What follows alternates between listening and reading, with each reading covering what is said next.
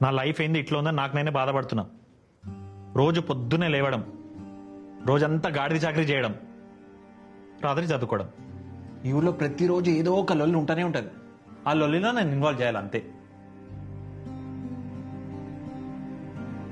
చిరాక్ లేచి తాగిన, అది కాక ఫ్రైడే నైట్.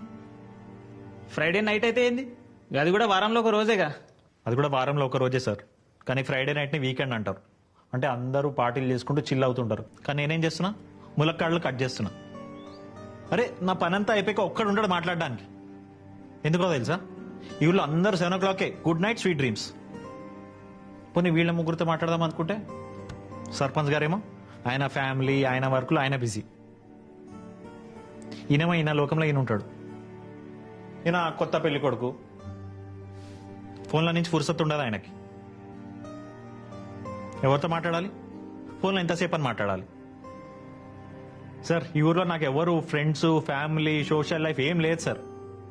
అరే పక్క దేశానికి వెళ్ళినోడు కూడా కొన్ని రోజుల్లో ఫ్రెండ్స్ అయిపోతారు, కానీ నాకు ఇక్కడే ఉన్నా, పక్కన ఎవ్వరు లేరు. ఒంటరోడు ఏం చేస్తాడు సార్? తాగుతాడు.